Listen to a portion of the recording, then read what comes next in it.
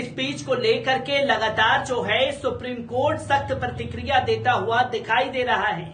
जहां पहले धर्म संसद में मुसलमानों के खिलाफ नरसंहार का ऐलान किया जा रहा था, तमाम साधु संत किसी भी वक्त जंग होने वाली है, बस आप हथियार तैयार रखिए।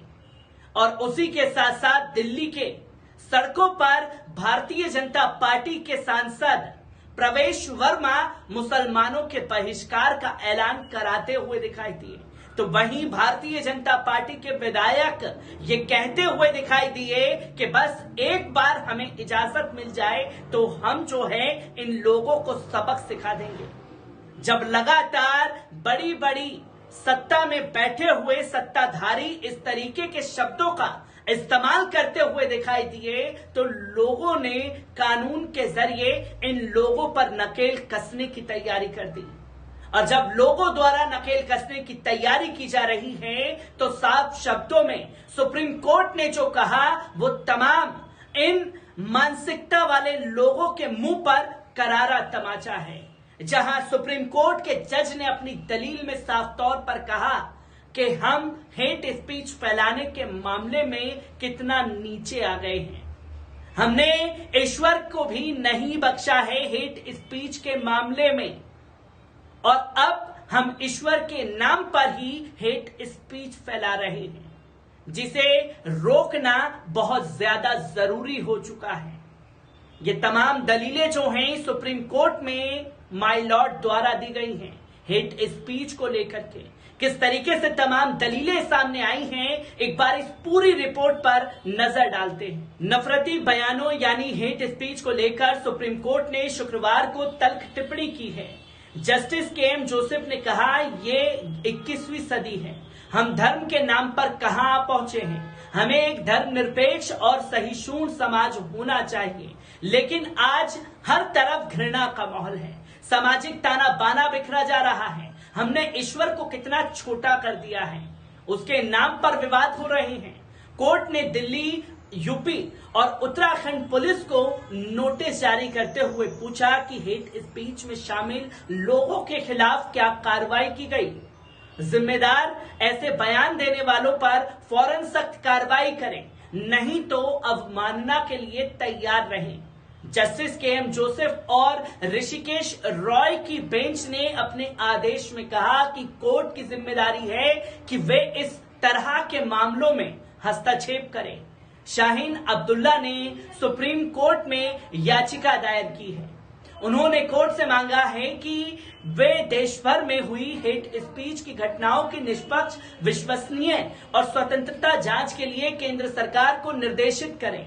भारत में मुस्लिमों को डराने धमकाने के चलन को तुरंत रोका जाए। याचिकाकर्ता ने अदालत से तुरंत सुनवाई की मांग की थी।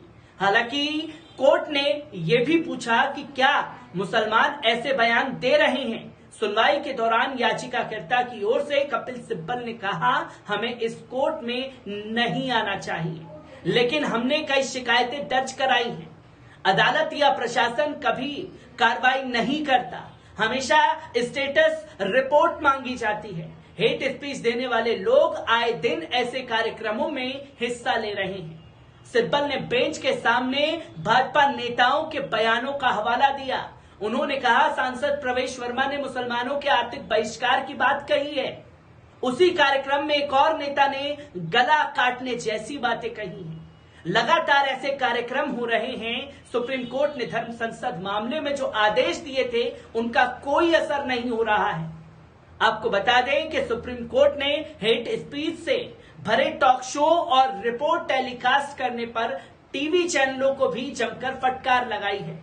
हेट स्पीच से जुड़ी याचिकाओं पर सुनवाई करते हुए जस्टिस के.एम. जोसेफ और जस्टिस ऋषिकेश रॉय की बेंच ने बुधवार को कहा कि ये एंकर की जिम्मेदारी है कि वे किसी को नफरत भरी भाषा बोलने से रोकें। बेंच ने पूछा कि इस मामले में सरकार मुखदर्शक क्यों बनी हुई है, क्या ये एक मामूली मुद्दा नहीं है। कोर्ट ने यह भी कहा कि अभिव्यक्ति की स्वतंत्रता जरूरी है, लेकिन टीवी पर अभद्र भाषा बोलने की आजादी नहीं दी जा सकती। ऐसा करने वाले यूनाइटेड किंगडम के एक बड़े टीवी चैनल पर भारी जुर्माना लगाया गया था। क्या आपको मालूम है, सुप्रीम कोर्ट ने कहा कि मेन स्ट्रीम मीडिया या सोशल मीडिया चैनल बिना रेगुलेशन के हैं। ये देखना एंकर्स की जिम्मेदारी है कि कहीं भी हेट स्पीच ना हो। प्रेस की स्वतंत्रता महत्वपूर्ण है, उन्हें अमेरिका जितनी आजादी नहीं है, लेकिन ये पता होना चाहिए कि सीमा रेखा कहां तक खींची गई है। नफरत फैलाने वाले शो दर्शकों को क्यों पसंद आते हैं, इस पर कोर्ट ने कहा कि किसी रिपोर्ट में नफरत से भरी भाषा कई लेवल पर होती है। ठीक वैसे जैसे किसी को मारना, आप इसे कई तरह से अंजाम दे सकते हैं। चैनल हमें कुछ विश्वासों के आधार पर बांधे रखते हैं, लेकिन सरकार को प्रतिकूल रुख नहीं अपनाना चाहिए, उसे कोर्ट की मदद करनी चाहिए। सुनवाई के दौरान कोर्ट ने कहा कि हेट स्पीच से राजनेताओं को सबसे ज्यादा फायदा होता है और टेलीविजन चैनल उन्हें इसके लिए मंच देते हैं। सीनियर एडवोकेट संजय हेगड़े ने कहा कि चैनल और राजनेता ऐसी हेट स्पीच से ही चलते हैं। चैनलों को पैसा मिलता है, इसलिए वे 10 लोगों को बहस में रखते हैं। टीवी चैनलों की हेट स्पीच वाली याचिकाओं पर अगली सुनवाई 23 नवंबर को होगी।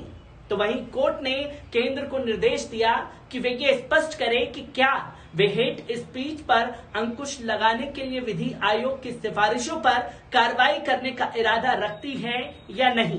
केंद्र सरकार ने 5 साल के लंबे परामर्श के बाद सोशल मीडिया पर नफरत भरे कंटेंट रोकने के लिए एंटी हेट स्पीच कानून बनाने की तैयारी तो शुरू कर दी है। हेट स्पीच को लेकर सुप्रीम कोर्ट के निर्देश अन्य देशों के कानूनों और अभिव्यक्ति की आजादी के तमाम पहलुओं को ध्यान में रखते हुए कानून का ड्राफ्ट तैयार किया जा रहा है।